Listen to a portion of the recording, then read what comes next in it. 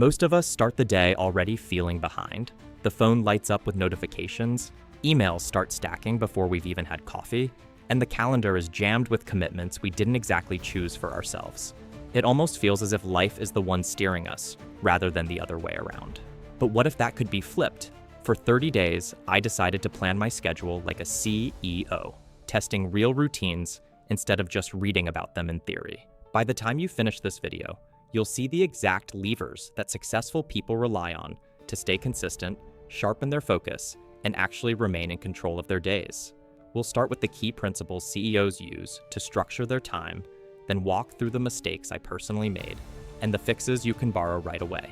Finally, I'll show you the timeless systems that can help you design a daily structure that doesn't just look good on paper, but truly sticks.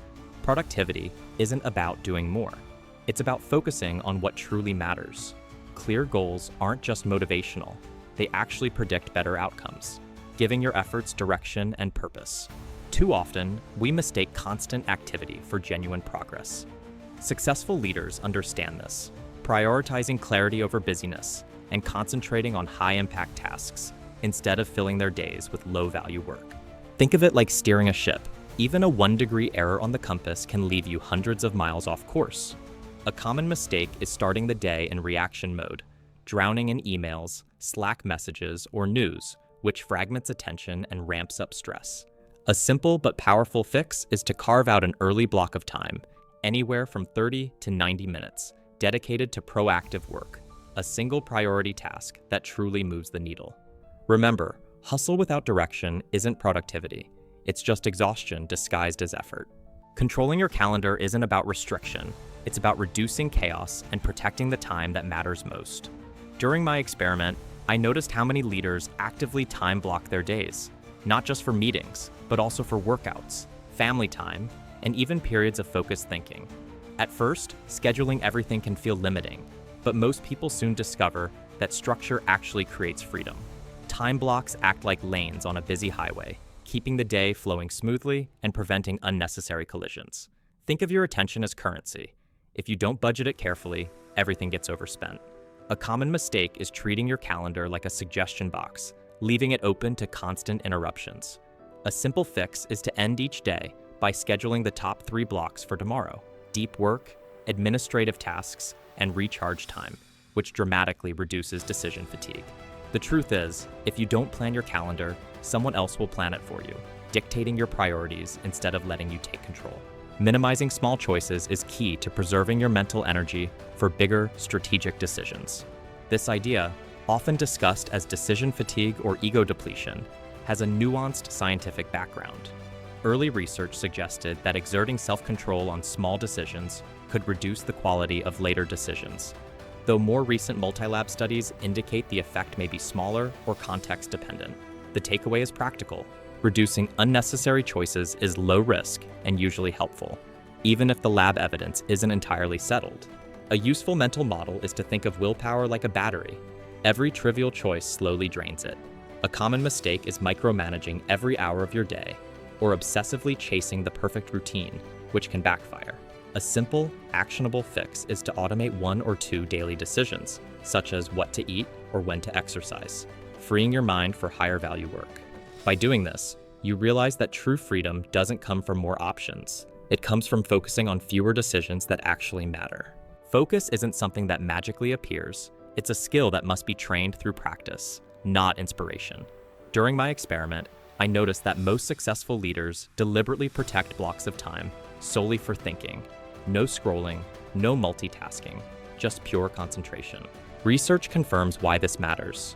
Interruptions carry resumption costs and increased stress, while flow studies show it takes several minutes of uninterrupted work to reach deep concentration. Think of your brain like a lens. Every distraction smears the image and diminishes clarity. A common mistake is believing that multitasking actually saves time, when in reality, it fragments attention and slows progress. A simple, practical fix is to use a focus sprint, such as 50 minutes of deep work followed by 10 minutes of reset, or any block length that fits your natural rhythm. Remember, if everything feels urgent, nothing truly is. Protecting your focus ensures the important work actually gets done. When it comes to productivity, energy often matters more than time. High quality, energized hours consistently deliver far more value than long stretches spent working in a low energy state, and physical activity, along with proper rest, plays a crucial role in supporting cognition. What surprised me most during my experiment wasn't just how CEOs structure their work, but how deliberately they recharge through workouts, walking meetings, or genuine downtime. This isn't indulgence, it's strategic. Just as athletes train and then recover, effective leaders work hard and then prioritize recovery, following the same principle. Think of yourself not as a machine with a simple on or off switch, but as a battery with charge cycles that need to be managed. A common mistake is treating rest as optional, but it's essential for sustained performance. A simple, actionable fix is to incorporate at least one non-negotiable recharge ritual each day, whether that's short exercise, exposure to sunlight, or a genuine break. Research consistently shows that even modest, regular activity supports cognitive performance and recovery. Remember, burnout isn't a badge of honor. It's a warning light signaling that your energy is running dangerously low. Here are the timeless routines that truly made a difference. Time blocking is about scheduling by task, not wishful thinking, giving your day structure and intention. Identity-based habits help anchor behaviors around who you want to be, boosting motivation and making change stick. The 2-minute rule is simple but powerful. If a task takes less than 2 minutes, do it immediately. Environment design matters too. Removing distractions and making cues for desired behaviors visible sets you up for success. Finally, a weekly review allows you to reflect on what worked and what wasted your time, helping align your actions with your priorities. But let's be real, I didn't nail this every single day.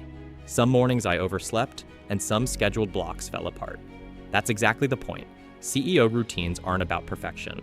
They're about building systems that work even when life throws curveballs. Research on behavior change shows consistency matters far more than flawless streaks. When motivation dips, shrink the task instead of skipping it, using implementation intentions to keep progress alive. If you relapse, reset within 24 hours instead of waiting for next Monday. And when perfectionism creeps in, remind yourself that done is always better than perfect. These small, practical approaches make consistent productivity achievable, even in the face of daily resistance. You don't need to wake up at 5 a.m. CEOs operate on all sorts of schedules. The real key is consistency. Protect your first productive hour and align your routine with your natural chronotype. Streaks aren't as important as trends. Sustainable progress matters far more than maintaining a perfect daily record. And if you fall off for weeks, don't think you're starting from zero. You're restarting from experience. Focus on one habit at a time and rebuild momentum gradually. Now it's your turn. Share one habit you're struggling with in the comments, and I'll reply with a simple, evidence-backed fix you can implement tomorrow. If you want more experiments like this, hit subscribe so you never miss the next one. Remember, consistency isn't about doing everything. It's about doing the right things again and again. Plan your days, or your days will plan you.